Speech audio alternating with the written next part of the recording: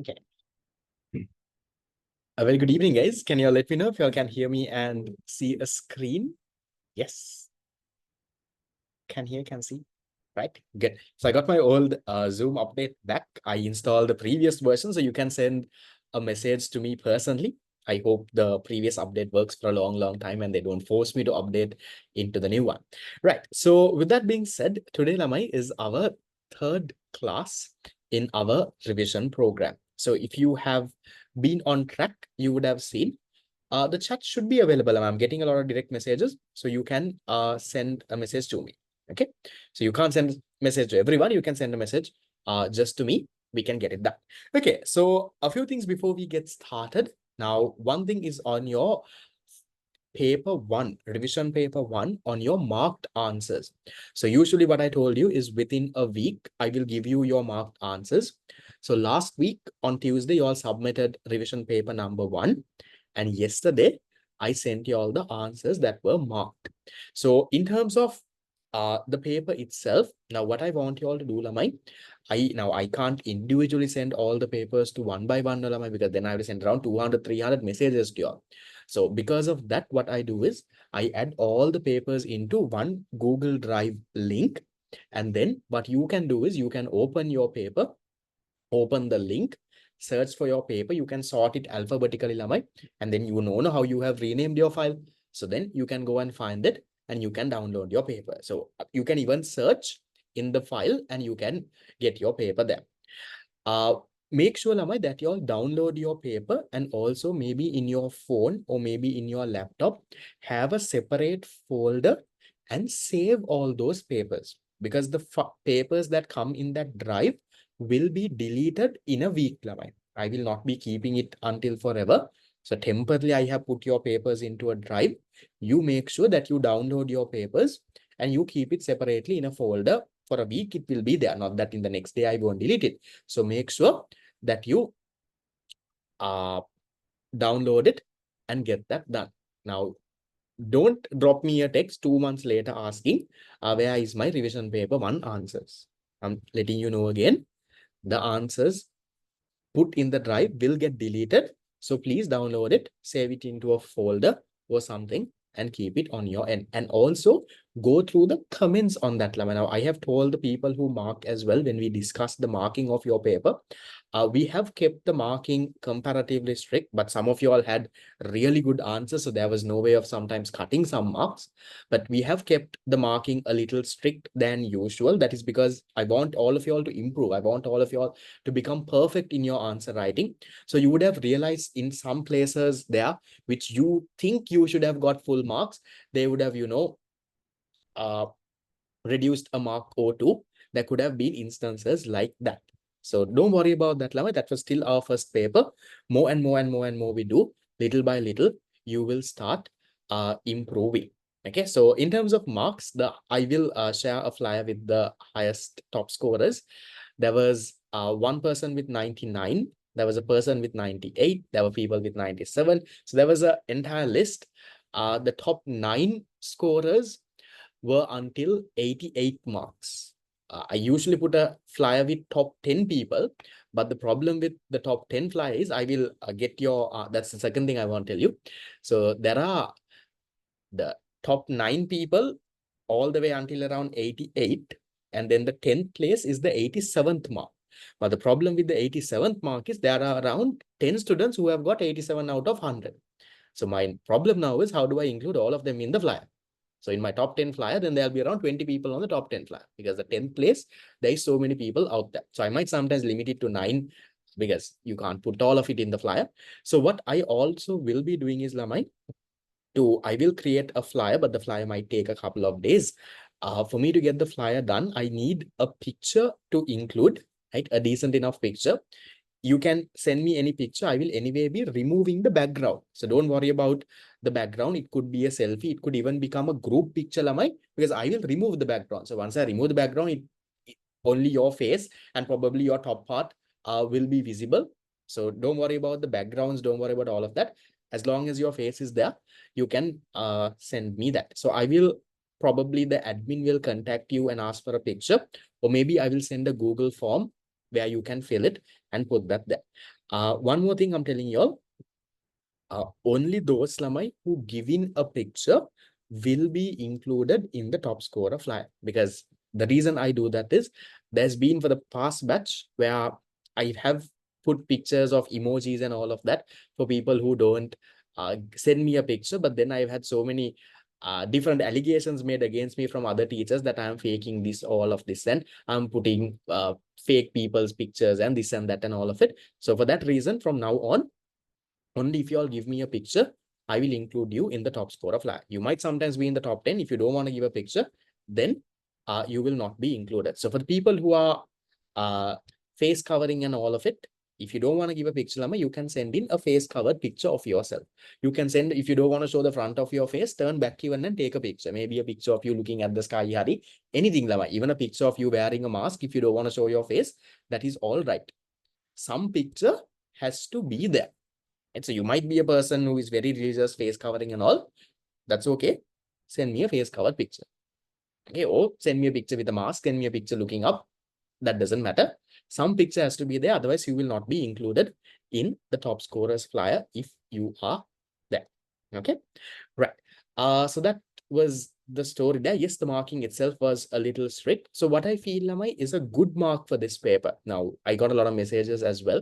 Since this is your very first paper, for most of y'all, I feel a good mark is somewhere around, at least around a 50. Not less than that, Lama, because the area itself is not that hard. The paper would have been a little hard, the marking would have been tough, I agree. But it's the unit 1, the very basic areas, Lama. So I feel a good mark could be at least a 50. If you have got at least around a 70, I definitely feel, Lama, you can definitely push to around the 90 mark in the 1 year to come, because we'll be doing so much of work in that time. Now, for the people who are already at the 90s, right, you are the people who should be ideally targeting for the really good island and district ranks. So don't let it go. This is the message for all of you all. So there were so many people. If you have genuinely done that, now I am not very sure, am I, for the people who have the people who got 90s, some of you all would have copied from the book, right? But if you have genuinely done it, that is proof that you can get to a very, very good island rank. So as much as possible, Lamai, try to genuinely do it. Don't try to refer to the book. But if you are like a very weak student, instead of not doing the paper, at least refer to the tute and write the paper, Lamai. If you are a very weak student, instead of not doing the paper because you can't do it, at least refer to the tute and write. But when I say refer to the tute and write, Lamai, don't copy and paste from the tute. Okay. What you do is maybe take 10 minutes and read the entire paper. Then you know what questions are there. And then with that in memory, keep the paper aside. Now go through your tute. Just go through those areas again. Close the tute, then write on your own. Don't copy word by word, Lamai, from the tute. Then you're not learning anything. There is no point then. So for those who are really weak, you can do that. But everyone else, Lamai, I will recommend you to genuinely do the paper, because during the week, we will discuss that area. We discuss that area, you study that area, you make the short note for that area. After that, only you go and do the paper. So you can do the paper on the last day. If Tuesday is when you have to submit, you can do it on Tuesday, or you can do it on Monday. So then from this Tuesday until around Sunday, you have time to study that focus area. So study that level. Spend that time there. And then on Monday or Tuesday, do the paper. After studying, you do the paper. Without studying, obviously, you can't get the paper done. So study, then do the paper. If you still feel the paper is hard, you can use the strategy that I told you before. And then, so that's about your papers and your marks. Most of you all have done pretty well. That was nice to see. And one more thing, Lamai, when you all are submitting answers, please make sure that it is submitted properly. Right now, some of you all don't rename the PDF. That's one issue. Okay, where you just send the PDF on the group, the PDF is named as chem scanner something, or it's named as something, photo, something. So rename that PDF document, Lamai, with your name / the revision paper number. Now, this week, it will be name / revision paper 2. And also, on the top of your first page, the first page is the one that I'm sharing in the screen right now here, the short note page. On the top of this page, now, please write your details. Again, write your name school, contact number, and also write which A-level district are you from. At Colombo, Jaffna, Gampaha, wherever you're from, write that down as well. And take clear pictures. Sometimes some of your pictures are not in order. So some of your papers there, I personally marked, and I realized some of your papers are not in order. You first take the first page, then the next one is the 7th page, then again you have the 3rd page. So make sure your pages are in order, and all the pages have to be vertical, portrait. Now, some people have one page like this, the other page is like this. So I turn my head around to see, make sure that is not the case. First paper, it's all right. But going forward, make those, correct those small things. Now, you will wonder, this fellow is talking about this paper scanning PDF. That is not what my exam is about. But these basic IT skills are essential in life. Trust me, after A-levels is done, no one is going to ask you, Lamai, to calculate equilibrium price or quantity. No one is going to ask you to differentiate between micro and macroeconomics. That is not what they will ask you in the real world. So what you need to do is you need to build up your other skills as well, Lamai. Your personality, your IT related basic stuff is what I want you to build. So be good at those as well. So simply taking some photos and scanning those photos. Now, you don't have to have Lamai professional iPhones on there. A normal phone is more than enough. So take a clear picture, and when you scan Lamai, as much as possible, try to keep the scan page as white. The more white it is more easier to mark Lamai. Now, some of you all have made it very dark colors, right? Sometimes you have a light in that thing, then it becomes so weird. Right? So keep the paper as white as possible so that, even it's easier for the marker. So those are some tips. Going forward, we'll correct those and we'll move forward. So also look at the comments that have been given Lamai in revision paper number 1. After each question, see, where can you improve? Why are you wrong? Right? Get all of that done. Yeah, if you run out of space Lamai in the revision paper, then you can, write in a CR paper and attach that. That is not a problem. If that is at the end, that is no issue. But in general, I'm telling you, have it in a proper order. So then, in terms of your papers, now, did you all also do Lamai the past paper too? The past papers for focus area 2, there is not a lot. If you would have taken around 1 hour to 1.5 hours, maybe if your answers are really good, then you would have not had comments though. But otherwise, there would have been comments for improvement. So then in terms of your work, okay, I will share my screen. Give me a second.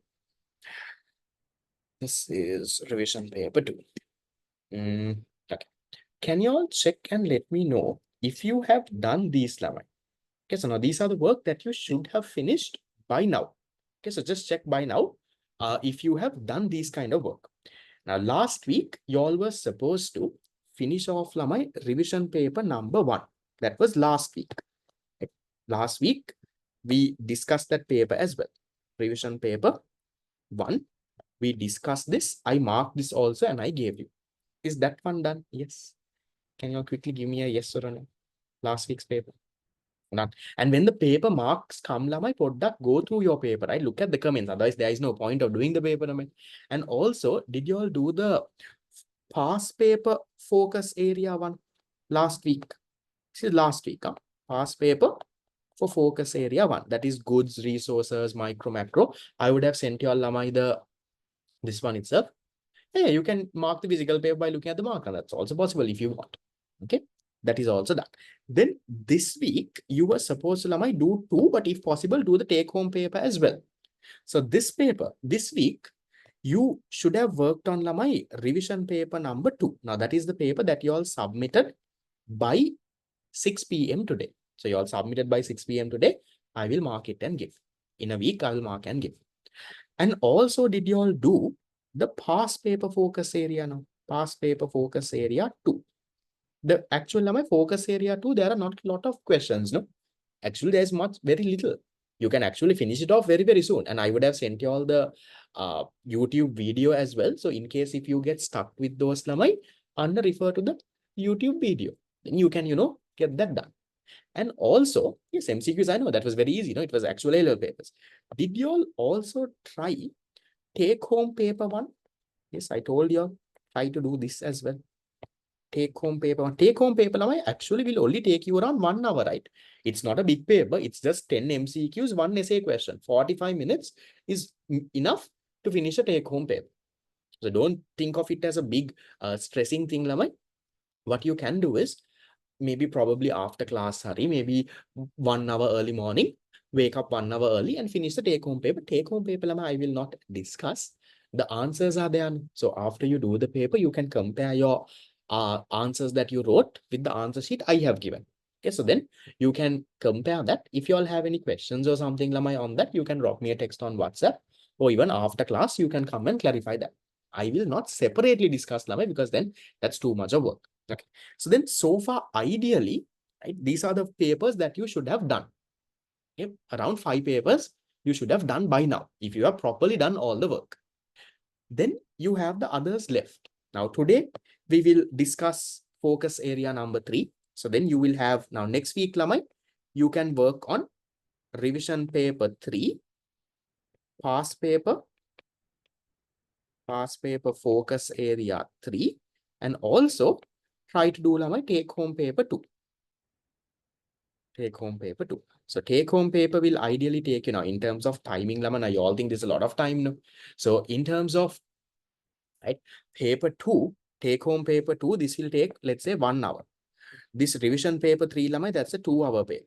The focus area for this one, there might be a few questions out there. This might take you, lamai, let's say around 3 hours to do. So total 6 hours of work that you can get done. Yes, the main chat is disabled, lamai. You can send the chat personally to me. I have an old one. But comments, lamai, it's like this, right? Now, if there is specific comments to give, comments would have given. Sometimes if your answers are really good, lamai, then they would have not put any comment.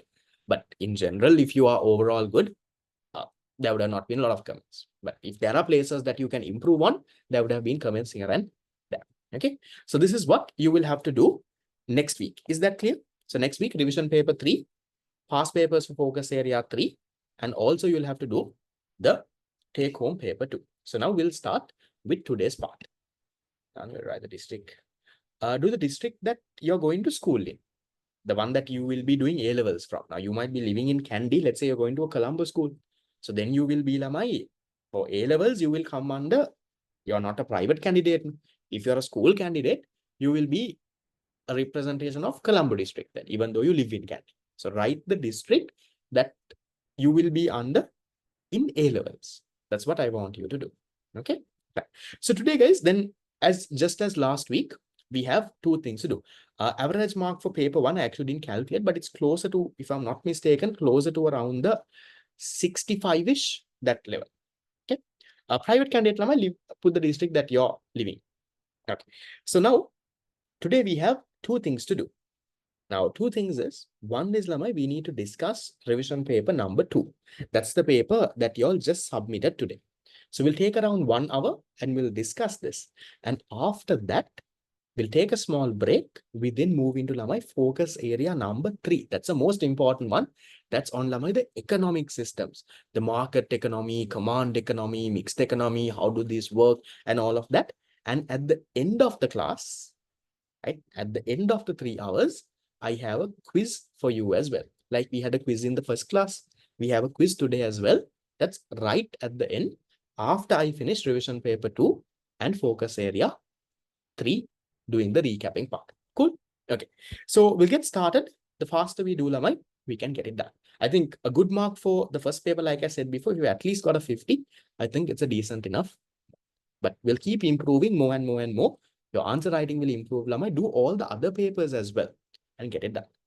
Prizes for the quiz, we'll see. Okay. Right, we'll see. There could be a cash prize. Let's see how it goes. The quiz will be on what we have done so far. Most likely it will be on focus area 1 and 2.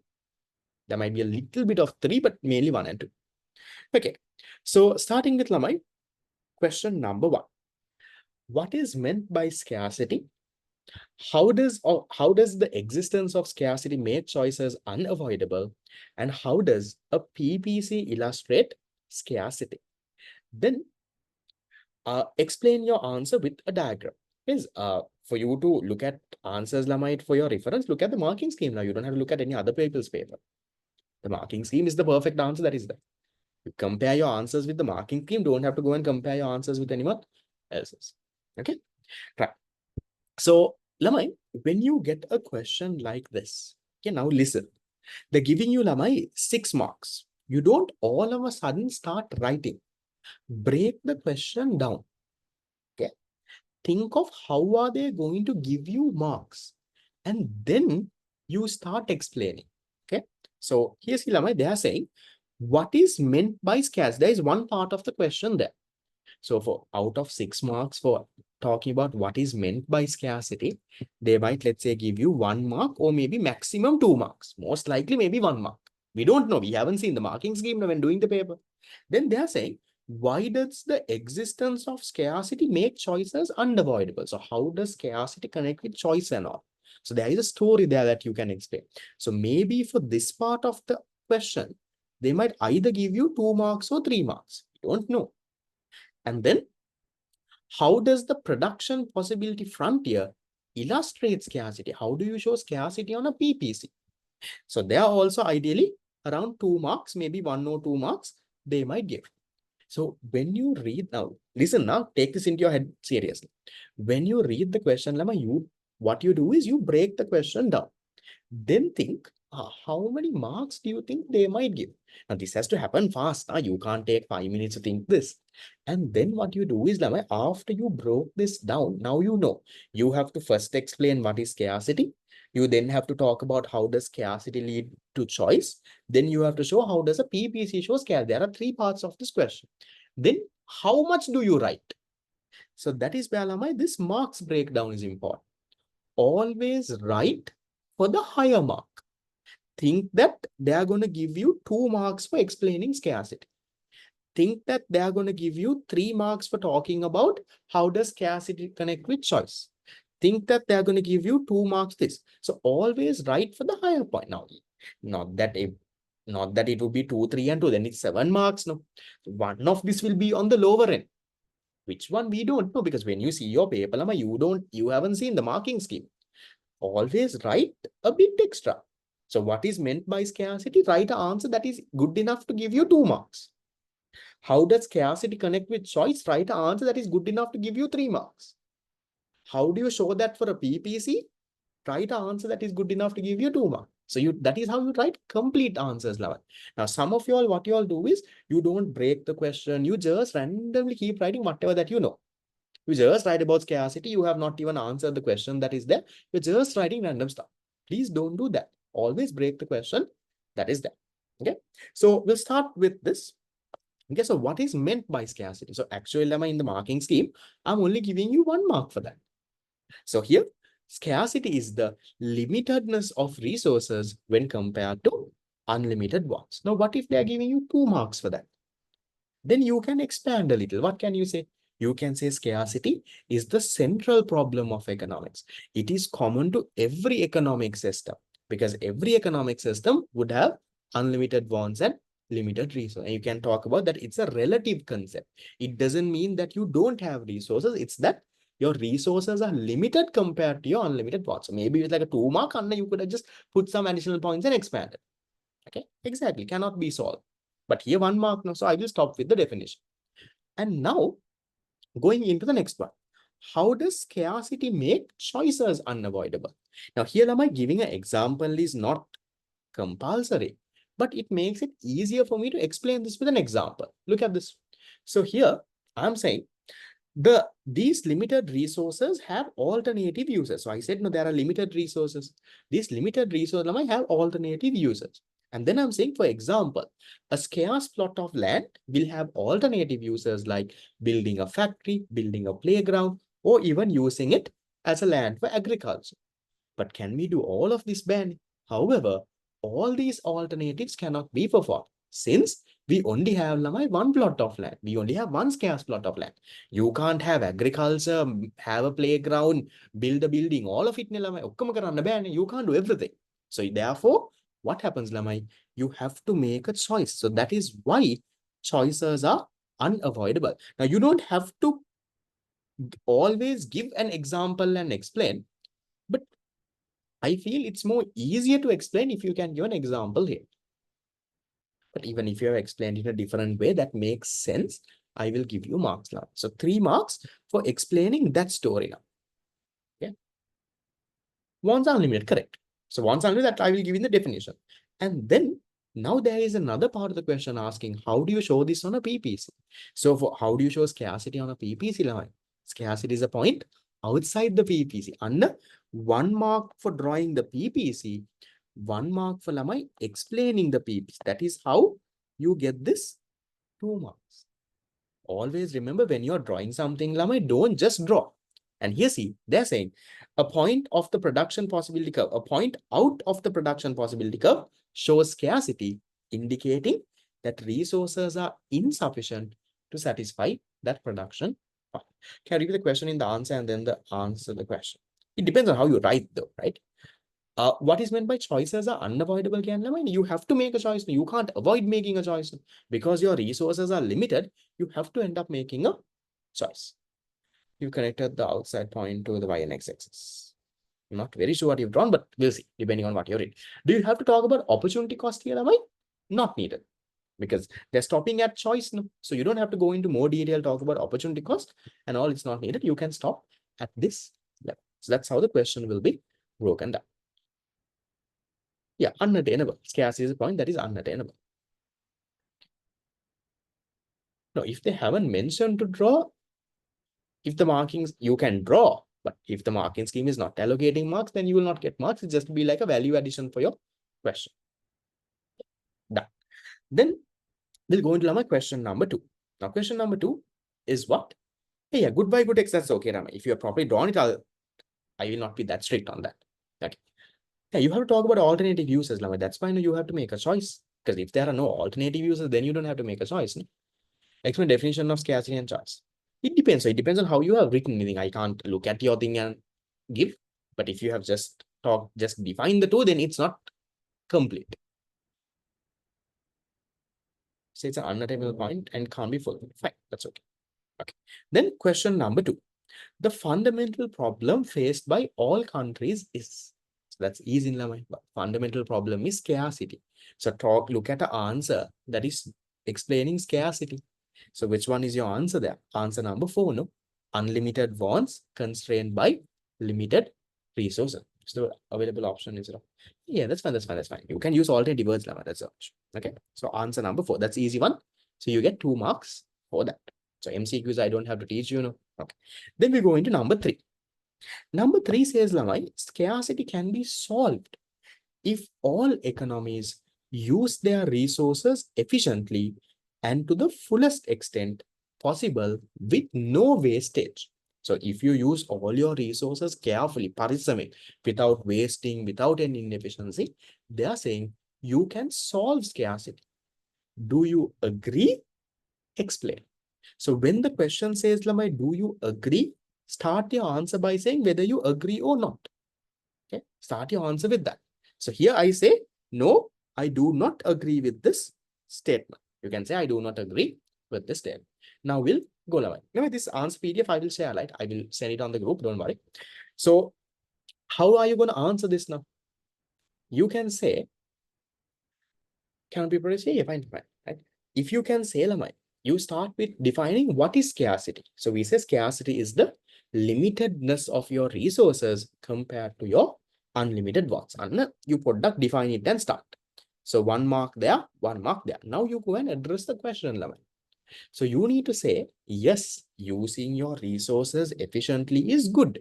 If you use your resources without wastage, without all of it, yes, that is good. That will help you increase your output. It will help you satisfy more wants. But even though that happens, you still can't solve scarcity in Lamai. Because no matter how carefully you use your resources, you might not waste your resources. Very carefully you're using it. No matter how carefully you use Lamai, because human wants will continuously grow. And because they are unlimited, as long as human wants are unlimited, Lamai, you will never be able to, and resources are limited, you will never be able to solve scarcity. Scarcity will always be there. Don't give it in point form, because when they say explain, give it in a paragraph form. Can we include an example like land? Depends on how you have given the example. But the main points have to be there. Limitedness of resources compared to unlimited bonds. Yes. That is how you define scarce. Okay. Instead of just saying no, be a little bit more complete. Say that no, I don't agree. No is also okay. But write a more complete answer. Don't take shortcuts when you write your answer. Okay, that is that story. 4 marks there. Done. I'll talk about when you can give points. Now, question number 4. Question number 4 is saying a trade-off is not needed here, Lama. In that question, it's not needed. You just have to say that just because you use your resources carefully, you can't solve scarcity. Yes, using your resources are good. It will help you produce more goods. Then you can satisfy more wants. But that doesn't mean you can solve scarcity. Because as no matter how careful you use your resources, since wants are unlimited, scarcity will always be there. That story is what I want. You don't have to talk about choices and trade-offs and opportunity cost is not needed. Yeah, that is enough, Lama. Then coming into the 4th one. The table below shows the production possibility of a farmer who uses all of his resources to produce paddy and corn. Suppose the farmer currently produces 20 units of paddy and 42 units of corn. So currently, he's there's a huge message. Yeah, it depends. So now your answers, Lama, it doesn't have to be, I'm repeating, for all those who are sending me messages asking, sir, this is correct, this is correct. There could be alternative ways of writing this, Lama. You don't have to write the exact same thing that I am writing. But that doesn't mean everything you write is correct. But if you have reasonably talked about along this angle, I will give you the mark. So don't worry. You don't have to talk about shortage here, though, in question number 3. Right? So most of you all are asking me this correct. Most of you all are somewhere there. It's just that you have not used the exact words I have used. That is all right. So don't worry too much about those. Okay. Okay. So then coming back to my thing. So currently, Lamai, these farmers are producing 20 units of paddy and 42 units of corn. So right now they're producing this combination. Now they're saying, now they're asking you, according to the above table, the opportunity cost of 10 more units of paddy. So what is the opportunity cost of producing 10 more units of paddy? Right now, when you're producing 20 units of paddy, you can produce 42 corns. If you go to produce 10 more units of paddy, what do you have to sacrifice? That is what you call opportunity cost. No? To produce 10 more units of paddy, to go from 20 to 30, you have to sacrifice, Lamai, 14 units of corn. Anna, that is your complete answer there. So for that one, Lamai, you get, this is a 5-mark question. No? In your paper also, is it given as 5? Can you all confirm? Question number 4. Yeah, right. So I will give you, Lamai, 2 marks for this. Okay, from your list, I'll give you 2 marks for this. And then they're asking you, comment on the type of opportunity cost phase. Now, see, Lamai, now some of y'all, now this is where I want you to think. Okay, some of y'all, you don't have to use the equation, Lamai. The equation is used when you have to find marginal opportunity cost. Opportunity cost of producing 1 extra unit. But here, you have to look at the total. So to produce 10 more units of paddy, you will sacrifice 14. So 14 is your answer. You don't have to give the equation and do anything. So equation is used, Lamai, if you have to find the marginal opportunity cost. So don't use the equation there. And now they are saying comment on the type of opportunity cost. Now this is where, Lamai, you have to use a bit of your common sense. Like I told you, you have to Lamai product, break it down and see. Constant opportunities are come now. That will learning. I'll teach you all that in the PPC area. Okay. For part 1, you don't have to write increasing opportunity cost. Now they're asking what is the opportunity cost? Answer PDF will be sent on the. Okay. So then comment on the type of opportunity cost. Lamai. Now, when I tell you this question is a 5-mark question. So when you say and it's a 5-mark question, practically think, Lamai, how many marks would have got allocated? They won't allocate 1 mark for this, Nilamai. It's not going to be 1 mark and 4 marks for this. That is where your common sense has to come. So then if it is 1 mark for this question, then if you only say increasing opportunity cost, that would have been enough. Now, some of you are asking me, so if I only write increasing opportunity, is that enough? That is where you have to practically think. That's where your answer writing practice comes. Now you need to think, right, it's a 5-mark question. They have 2 parts. Right. First one is asking for the opportunity cost. For that, they are not going to give you 4 marks. No, man. That doesn't mean the next one is only give you 1 mark. So then if this one is around 2 marks, right, reasonably think. That means now I have to write an answer here that will give me around how much? That will give me around another 3 marks. So then you think, is writing only increasing opportunity cost? Is that enough? Definitely answer is no. So then write based on that line. That's what you all have to improve when you're writing. Not that you don't know the answer. You all know the answer, Lama. You all know this is increasing opportunity cost. But then you might not be able to figure that out. So here, see, can you all see, Lama? Every time you increase paddy by 10, 10, 10, 10, 10, the amount of corn that you sacrifice keeps on increasing. We learn this in focus area 4 in more detail. Don't worry if you are not very confident on this. So first you have to sacrifice 5 units of corn. Then you have to sacrifice 8 units of corn. Then you sacrifice 14. Then you sacrifice 28. The amount of corn that you sacrifice keeps on increasing. That is what you call increasing opportunity cost.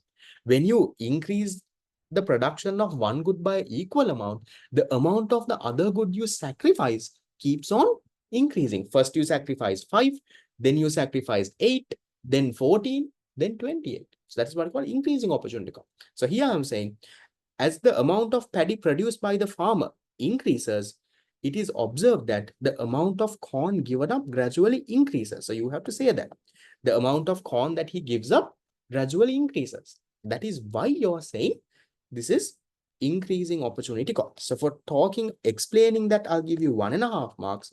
For writing increasing opportunity cost, I'll give you 1.5 marks. That's how that 3 marks there will be divided. So based on what you have wrote, I will give you answers. Now, if you've only defined and all, I will give you answers accordingly. Okay. Right. I think yes. Okay. Depends on what you have written. Right. Then am I going into question number 5? Question number 5 is saying the opportunity cost of studying at a private university is based on what you have written. I'll allocate marks. Don't worry, because when I get around 20 people asking, will I get marks for this? Will I get marks? It's very hard for me to reply to it individually because I don't have the time there. Okay, so we'll go through, right? We'll go through the marking scheme. Depending on that, you will get relevant marks. After the marking comes, if you still feel that there is some issue, you can always get back to me. Okay, right. The opportunity cost of studying at a private university is likely to include all of the following except one. Which of them is not included? And can you see, Lamai, there is a thing that is asking why. How many of you all gave a small explanation there? There would have been a couple of lines below that MCQ also. Did you all completely forget to give that explanation? Do you all realize that MCQ was for 3 marks? You had to give a small explanation as well. Okay. Now that's the type of questions, Lama, you even get in edXL. So in edXL, after a MCQ, Lama, you have to explain why you got that thing. So that is where the paper gets even harder. Then you can't do Khana shots. So in a Khana shot thing, right? In our paper, Lama, you can just put this thing, no Khana shot, you can put exactly, you can copy also. But in the edXL paper, Lama, after you underline an answer, they also ask you to explain why you got that. Okay. So if you only got the MCQ, so what is the opportunity cost here of attending a private university? What is not? So when you attend a private university, Lama, you have to spend on textbooks. Now that money you could have spent somewhere else. You'd have spent on tuition fees. That money you could have used somewhere else. Then the income foregone in order to attend classes. So that also you could have missed. That's the opportunity cost. And also the cost of paper, pencils, all the stationery, because you're going to university now, you have to buy that. But if you take, Lamai, the money spent on haircuts, that is not the opportunity cost of going to uni. No? Even if you don't go to university for 4 years, you would have still cut your hair. No? Even if you stop going to uni and start working for 4 years, do you think for 4 years you're going to wait without cutting your hair? Girls, I don't know, but boys, you all will. So that doesn't become a part of opportunity cost because that is not relevant for that activity, Lamai. Everything else is relevant for you to go into uni. Paying your tuition fees, the income that you forego, all of that is there, Lamai. So income foregone to attend class. Maybe, for example, you, instead of working, you went to uni. So that income that you could have got by working, you have to forego. That's what number 3 is talking about.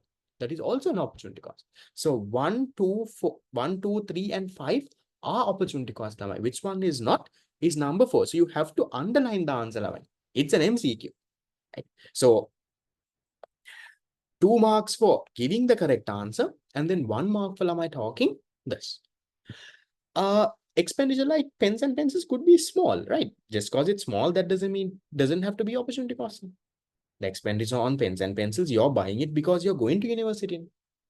If you're working somewhere, you're not going to buy pens and pencils. So that is also direct cost associated with this. So yes, any personal expense will not be a part. Because then I'm saying, Lamai, this expense is not directly related to the decision of studying at a university. It's a personal expenditure that is not influenced by the choice of attending classes. As such, it's not a part of opportunity cost. So answer now, 1 mark for that. Okay. Now, lines are not a mistake, Lamai. Please notice the question is for 3 marks. Okay, done. Then question number 6. If you forgot to underline lemma, then you'll only get this thing. But okay, but if you have given the answer within brackets or something, then I will give you, right? We'll see. Okay. I might cut a mark. An usual omega. Yeah, fine. Depends on how you word it. That's okay. Okay. Now, which the following statements about opportunity cost is true? What is the correct one they're asking? So they are saying the opportunity cost of a given action is equal to value foregone of all feasible alternative actions. Now, for example, can I tell you, Lamai, my opportunity cost of doing this class is the sleep that I could have got, the office work that I could have done, the movie I could have watched. There's an interesting England-India match going. I could have watched that. Is all of that the opportunity cost, Lamai? Is opportunity cost all your feasible options that you forego? No, right? It's the next best option that you forego. Anna, that is why, Lamai, it's not this. Trade-off means sacrifice. You have to give up on something. It's a choice. You have to give up on something to get one thing. Okay. So then first one is wrong. Second one is saying opportunity cost only measures the direct out-of-pocket expenditure. That means the direct money that you pay. Is it only the direct money that you pay, Lamai? If you all remember unit number 4 a little, right? For those who don't know unit 4, don't worry. Do you all remember my total opportunity cost or economic cost? Is it only the direct cost? No.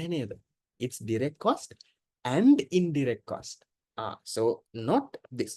One more thing is I wanted to tell you all, I got certain messages which I couldn't reply to, probably if you all are in class.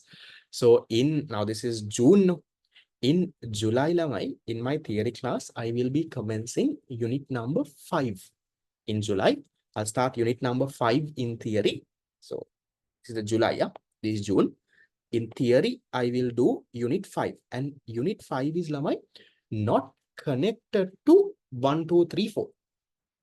So there is no connection at all. Right? Unit number 5 is about GDP. Right? Country's gross domestic product and all of it. Now, unit number 2, 3, and 4 were microeconomic units. Unit 5 is where your macroecon starts. That's where macroecon starts. So it's a good place for you to start. If you 1, 2, 3, 4 you can cover up in school maybe, or even if you want, you can purchase my recordings and tutes and cover up. That option is there. But even without knowing 1, 2, 3, and 4, you can get started with unit number 5. So most likely around the second week of July or maybe the first week of July, I will start off unit number 5 in the theory class. You can be a part of that if you're interested. Revision in July, we will do unit number 2. So this month, we will finish unit 1. Maybe around the second week of July, we will start this. Theory unit number 5, is about national income. It's about the country's GDP, how it's calculated, right? All of that. It's a bit of a difficult unit, not that of an easy one. There are some calculations, there are some theory areas also. It's a very interesting one to do. Because that's just letting you all know so that the amount of messages I get in my listing will be less. Back to then, why is the first one wrong? Because opportunity cost is not all your feasible options, it's only your next best option. Because the first and second is wrong there. And third one. To calculate accurately the opportunity cost of an action, we need to first identify the next best alternative to that action. Is that correct? To find the opportunity cost of something, we have to find out what is the next best alternative of that? Correct, Nilamai. Otherwise, you can't find opportunity cost. Now, if you ask me, sir, what is my next best alternative? I would have said, I would have gone and slept. And that is how you find opportunity cost. So then 3 is correct. So then you can't underline 1, 2, or 3 here. You have to choose the right option in the below one. So which one is the correct one then? 3 only. Option number 1. You get 2 marks. Money banking, that's all very interesting. That's unit number 7 though. We'll come to that. Unit number 7, I will most likely do somewhere around November, December-ish. Oh yeah. Okay. Then question number 7. 7 is saying, suppose you play a round of golf costing 75. How many people have played golf? Yes, no? Mini golf, like the professional golf. Not the mini thing that is that these different places, no, like professional in a big ground. No, I also haven't played. I want to, but no. You get a certain income from fixed deposit by interest around 12%, but next year reduce it 10%. No, not really. Okay. So maybe golf is a nice sport to this thing. Okay. Anyways, golf is where you hit the ball with that stick. I don't know how to explain golf to you. If you don't know, just Google and see. Okay. Right. So suppose you play a round of golf costing 75 rupees. So let's say, I don't think you can get in Sri Lanka for 75. So let's say you go for 2 hours to play golf. Let's say it cost you Lamai around 75. And then they say golf takes 4 hours to play. Okay, so you can to play that entire round. It takes you 4 hours and you have to pay 75 rupees for a round. If you were not playing golf, you could be working and earning 40 per hour.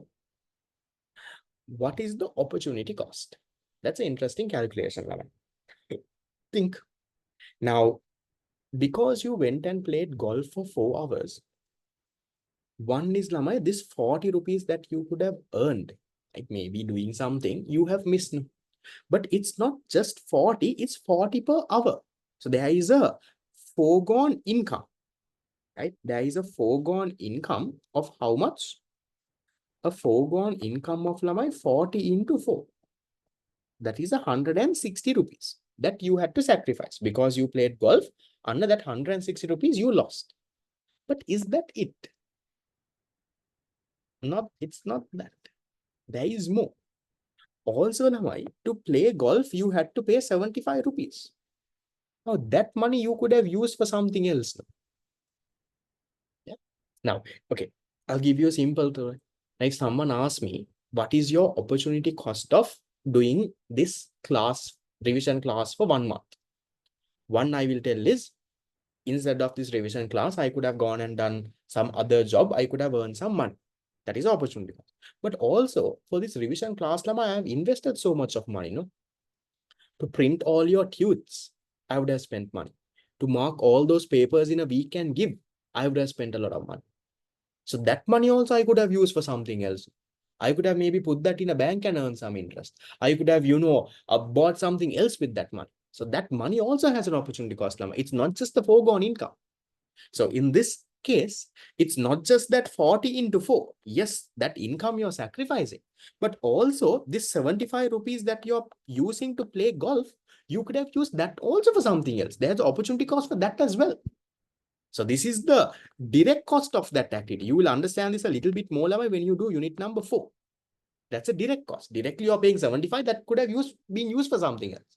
Plus you have to forego the 40 into 4. The 160 there. So that means your total opportunity cost is the 235. That is what? 160 plus the 75. How many of you got this correct? MCQ number 7, question 7. Yes. Not a khanas not correct, but with some proper logic, you got it right. Good, good, good. Some of you would have missed the 75. That's okay. Those are things to learn, Lavai. That's all right. Then we go into question number 8. Question number 8. Yeah, 4 hours. So 1 round is 4 hours. 75 is not for 1 hour. 75 is for all 4 hours. Okay? No. So they are saying a round of golf is 75. So 1 round takes 4 hours to play. I'm not saying 1 hour of golf is 75. I'm saying 1 round of golf is 75. So you will hit 10, you will wait 10, you will hit again, and so that takes 4 hours to play. Okay. Then the diagram below shows the production possibility curve of a hypothetical economy. Food, guys, this axis has to be food now. I hope you all figured that out. So they have given my clothes and food. And they have given you a point inside, that is point X. So at point X in the diagram, the opportunity cost of producing food. This is the story. So opportunity cost of producing food can eliminate the opportunity cost of increasing the production of food. So what you need to figure out here is a point inside your PPC lamai represents what? Hypothetical economy is a made up economy. Okay. What does a point inside the PPC represent? Unit number, focus area 4.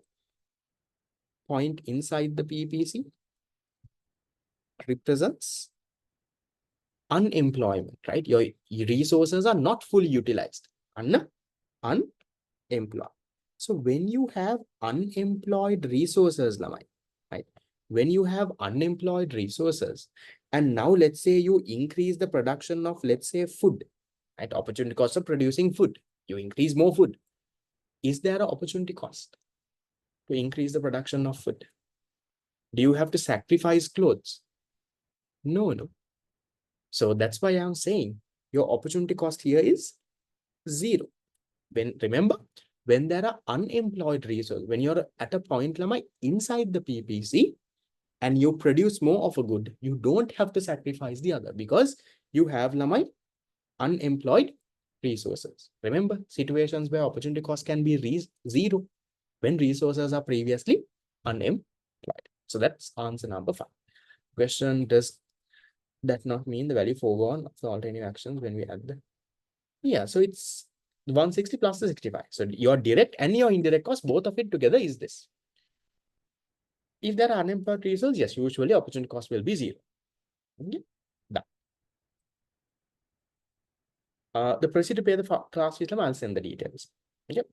Okay, just to re-explain that again, this we learn in focus area number 4, right? When we talk about PPC. So if you're a little bit weak on that area, don't worry too much.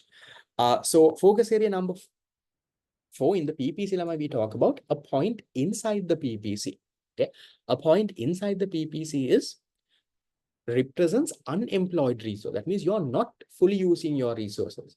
So when you're at a point inside the PPC, and let's say you want to increase the production of one good, here we are saying opportunity of producing food, okay, producing more food, you don't have to sacrifice anything. You can increase food production also. This axis is food now. You can increase cloth also. You don't have to sacrifice anything. That's why I'm saying opportunity cost is 0. Do I do Binance? Not really. I have the app. I follow the markets for different things, but I don't have much of investments in it. I just follow the market for different purposes. Third unit is hard.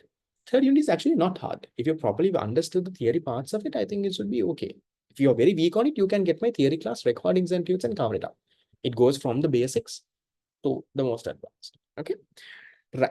Now coming into question number 9. Question number 9 is saying, explain using suitable examples where opportunity cost can be 0.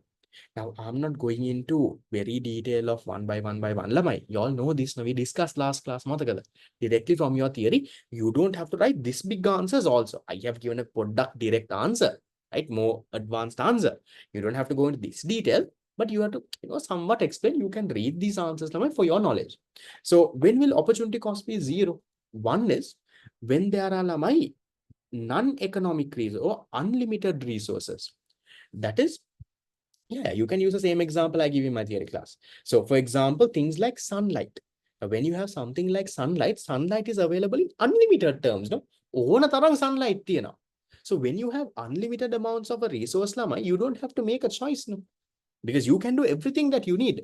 So therefore, there is no opportunity cost. And if you want, you can give an example and you can, because I'm saying explain using suitable examples and get that done. No, this part is not needed, right? So 2 marks for that. Then what is the second one? Second option could be when there are no alternative users. Remember the ship anchor story. So if you take something like a ship anchor, the only use of a ship anchor is to put it into the sea. So then Anna, you can explain that story. So there is 2 marks there. One more thing, Lamai, when you are writing answers, please divide your answers, Lamai. Don't put everything into one big paragraph. You're not going to get your full marks there. So remember who marks your paper, Lamai. These government school teachers, almost close to retiring age. Those are the people who mark your papers. So when you're writing answers, don't put everything together. Now, I'll give you basics. Now, you all know, Lamai, explain using examples, instances where opportunity cost can be 0. So you know there are 3 instances. 3 instances where opportunity cost can be 0. So they are giving you a 6-mark question. Then you need to practically know for each of these instances, they are going to give you 2 marks. So maybe for naming the instance, they will give you half a mark. For explaining the instance, they'll give you 1.5 marks. So have that in mind. Right? With that in mind, now write. Ideally, your answer should have been in 3 paragraphs. Maybe even you could have underlined your main thing. That's also all right. But at least could have been there. Okay? You have to give examples now because the question is saying, no, explain using suitable examples. So definitely you will get marks cut if you don't talk about examples. Opportunity cost is the foregone income cost. Yes, both of it put together. And then the last one, Lamai, is when you had unemployed resources. So when resources were previously unemployed, and now if you use those resources, remember the example I gave you last week. I told you, I asked you all the handwork that you all made with the waste things that you all had in your house. Maybe you could have given that also. So if you take resources that were previously not being used, that were just there, and now you used it, even labor who is unemployed or anything. So if you use things like that, Lamai, then there is no opportunity cost. So Anna, explain that. I'll give you this thing. So half a mark for this, 1.5 marks for here. And in this 1.5 marks, Lamai, I will give you half a mark for an example. Okay. Half a mark for an example, 1 mark for explaining. That's how it will be. Precisely fine. Example doesn't have to be the one that I have given. Any correct, reasonable example, I will give you marks. Okay, done. Then we go into question 10, 11, and 12. So very easy, 3 MCQs that we have. So looking at the MCQs, the first thing they're asking you, the diagram shows the production possibility curve of a country. No, you don't have to talk about what is opportunity cost. Which movement involves no opportunity cost here? When do you have no opportunity cost?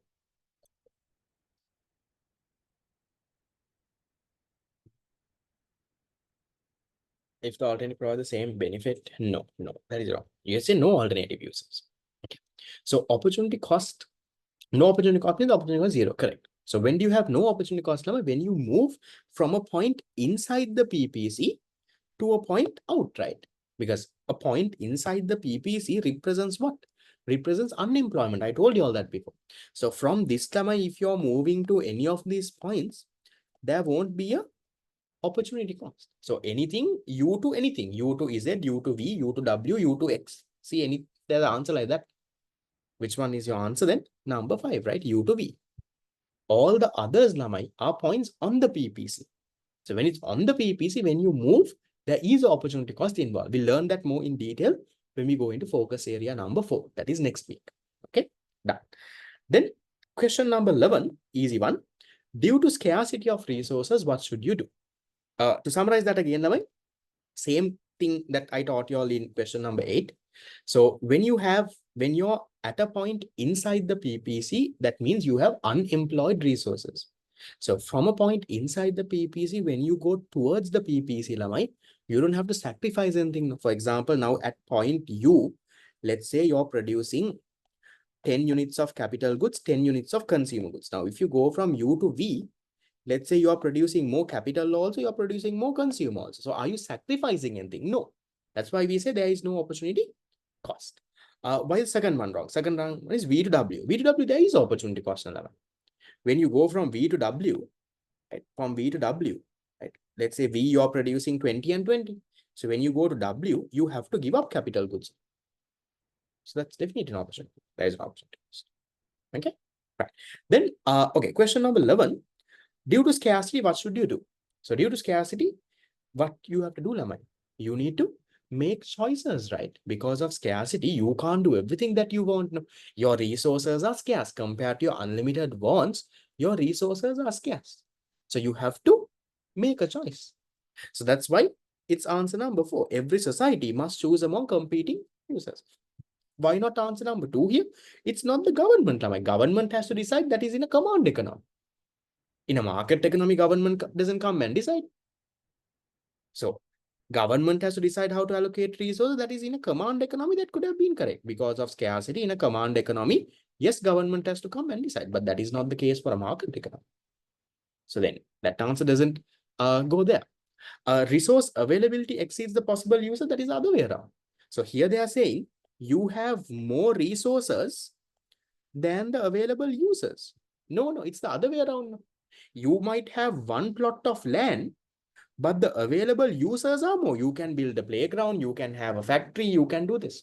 So they're talking about the other things around. Why doesn't central economic come? What is central economic? Central planned economic? So here I'm not talking about a specific economic system. I'm in general talking about scarcity. Scarcity is something common for every economic system. Market command and even this. Okay, right. So answer is 4. Then question number 12. If resources were perfectly substitutable, again, something we learn in my focus area 4. Now, focus area 2 is a very small one. So since there are not much questions I can put, I have put some, scarcity, opportunity cost questions from the other area as well, because these are revision class. You all have learned those. Not that you have not learned PPs, you know constant opportunity cost, increasing opportunity cost. So again, I'll repeat this. This is not a theory class, Lamai. So I will not go through now. Even when I recap, I won't go through the very basics. Sometimes when I make the paper, Lamai, I will have a question from a future area as well. Because you all have learned those, right? In theory, you have learned. So this is not a theory class, it's a revision class. We separately have a theory class. That's what I told you. Next month, I'm starting unit number 5. If you want to cover up the theory of any unit, Lama, you can purchase the theory class recordings and tutes and cover up. That's the fastest way that you can cover it up as soon as possible. You can do that if you want. 1 to 4. You can get all 4 together, get each unit one by one. That is your choice if you want. But you must be learning theory somewhere. No? Maybe in school, maybe another class, somewhere you're learning theory.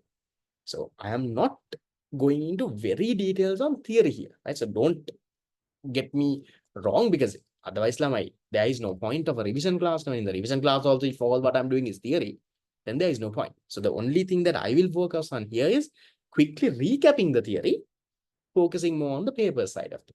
Okay. Right. So then if resources were perfectly substitutable, that means you can take resources from one industry and put in the other industry. It'll perfectly work. What can you tell about the opportunity cost?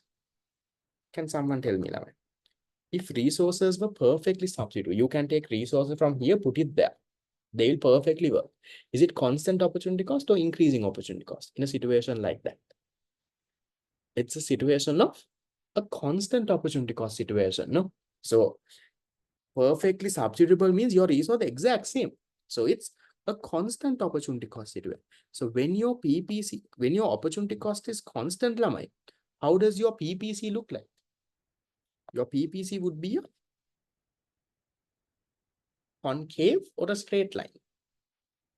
Your PPC would be a straight line, no? And it will be something like that. And that knowledge is what I'm testing. We'll go through this a little bit in detail in focus area number 4. So answer is this. First one says output of all goods could be increased at 0 opportunity cost. You can't say that. So when you have a constant opportunity cost PPC, you can't say that you can increase the output at 0 opportunity cost. You can increase at constant opportunity cost, not at 0. Then fifth one says scarcity would be eliminated. That can't be the answer at all. No? Just because your resources are substitutable, just because you can take resources from here and put it there, they will perfectly work. That doesn't mean scarcity will be eliminated. Now, for example, my laptop, right now I'm using it to do classes. Maybe I can take my laptop and use it for something else. That's perfectly substitutable. I can use it here, or I can use it somewhere else. Just because I can move my laptop around and do different things with it. How can you say that scarcity is eliminated? You can't say something like that. Okay. Right. So answer is 2. Then we go into question 13 and 14. 13 says, the opportunity cost of increasing capital investment in a fully employed economy. Now, broadly, Lama, if you take a country, what are the two types of goods it can produce? One is capital goods. So capital goods is, Lama, the goods that are used to produce more goods, like machines, buildings, factories, right? Those are capital goods. What are the other type of goods that a country can produce? The other type of goods, Lama? The consumer goods. There's a question. The next paper, can you find out mistakes in the question which each paper question? It's like this, Lama. Now, when there is 200 papers to be marked, Lama, it's not easy for me to individually point out where you exactly lost mark. So what I will recommend you to do there is, Lama, compare your answer with my marking scheme answer. Now, here I have this PDF that I'm writing. I will share it with you. So then you compare and see, right, this is what I wrote. This is what Sir said in the marking scheme, right? Why have I got 2 marks less? So then see which one you have not written, Lavai. That is where you can figure out where you got wrong. I would love to give you, where exactly you have lost your mark. But practical, Lama, it's very hard to do when there's around 200 papers. And how many questions? You think there are around 15 questions, Lama. So for 200 papers, for each question telling why you lost this 1 mark, why you lost this 2 marks might be a little difficult. But you try to compare and see. Definitely, that will help. But if you still can't figure it out, you can just drop me a text on WhatsApp or something. Send me a picture. I will help you out with that. Okay. Right. So the other goods that you can produce, Lamai, is the consumer goods. So now if you take this in a PPC, okay, if you increase, they're saying, Lamai, the opportunity cost of increasing capital investment. So if you increase the production of capital goods, okay, let's say right now you're producing, Lamai, at this point, Kim, right now you're here. So if you increase the production of capital goods, what happens? If you increase the production of capital goods, what do you have to give up? You have to give up on the other type. No, you have to give up on consumption goods. So that is why your answer here is a fall in consumption. The opportunity cost of increasing capital goods is that you have to sacrifice your consumer goods. That is your answer there. 12th one, I'll explain now. If you missed it, I'll explain it after class. Okay. Then the 14th one, opportunity cost is defined as, what is opportunity cost? Opportunity cost is the value of the next best alternative of obtaining something. So it's not only the financial cost. It is not only the cost of time. It's not all the other opportunities that you sacrifice. It's not the, you don't define it as saying variable and fixed. How do you define it, Lama? You say it's the value of the next best alternative sacrifice for getting some. Or maybe if they say something like it's the total direct and indirect. Indirect will include like foregone income and all. Then also that is also fine. On how you talk about opportunity cost, that is unit number 4. We learned that direct indirect story. But here, the direct definition is given. So you do that. Just to look at the MCQs, how do you all do in the MCQs? There were 5 MCQs. Question 10, 11, 12, 13, 14. How do you all do out of those 5? Online only is visible in the PDF. Is enough. Yeah, in the answer that you send that you have underlined, that's okay. How much out of this 5? We did 5 here. 10, 11, 12, 13, 14. At least around 2 or 3. From this 5, not total. From this question. Yeah. So 5 questions, Lamai. Different questions cover different things. Right? So look into the parts where you have gone wrong, what has happened, and all of that. Okay. Done. Then we go into the last couple of questions.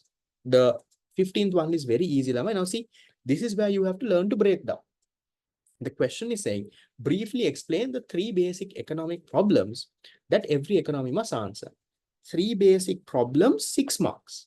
The moment you see this question, you should figure out, all right, 3 problems, 6 marks. For each problem, they might be giving me 2 marks. Okay. Directly, you can figure that out, common sense. Okay, each problem 2 marks is okay. Maybe first I have to mention what is the problem. For that, they might be giving me around half a mark. Then for explaining the problem, they might give me around 1.5. Put that into your head. And now, right, Lamai, please break your answers. Don't put everything into one big paragraph there. Please don't do that. The first paper you do, that's all right. Going forward, correct those, Lamai. Those are things that you have to correct when answer writing. You put everything into one big paragraph and jumble everything and talk about what to produce, how to produce, whom to produce, everything in one paragraph, that becomes a mess. So that's why that when you, before writing an answer, Lamai, break the marks in your head. Always have that strategy for paper 2. Essay questions. MCQs you don't have to break. Essay questions, think, right? How is sir or how is the marking scheme going to allocate? Now, something like this, Lama, it's very direct. No? 3 basic questions, they are giving you 6 marks. So that means, for every question, they are giving you 2 marks. So then write like that. First question, write it, explain it, so you get your 2. Then the next one, then the next one. Now, the problem when you put all this into one paragraph is, Lama, it's very hard to figure out. Have you explained it properly? Then you start losing marks. So I'm not going into detail into the questions. Now you all know the questions, right? What to produce in what quantity, how to produce, and whom to produce. So you explain the story. I'm not going to go through again. We did this last week. I went through much in detail. Okay. No intro needed. Not needed to go an intro. Okay. So if in case Lamai, that now I usually try to keep the paper to around 8 pages because I print in A3, so if I make it 9 pages, Lamai, that's one extra sheet that I have to print on.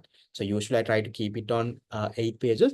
In case if you feel that the space is not enough, you can, write a little bit on a full step and you can attach it to that, no problem at all. Okay.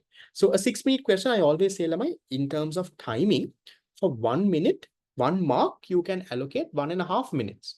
That is your paper 2 timing. So then a 6 mark question, you can allocate around 9 minutes. The rule has to be 1 minute, allocate around, 1 mark, you can allocate 1.5 minutes.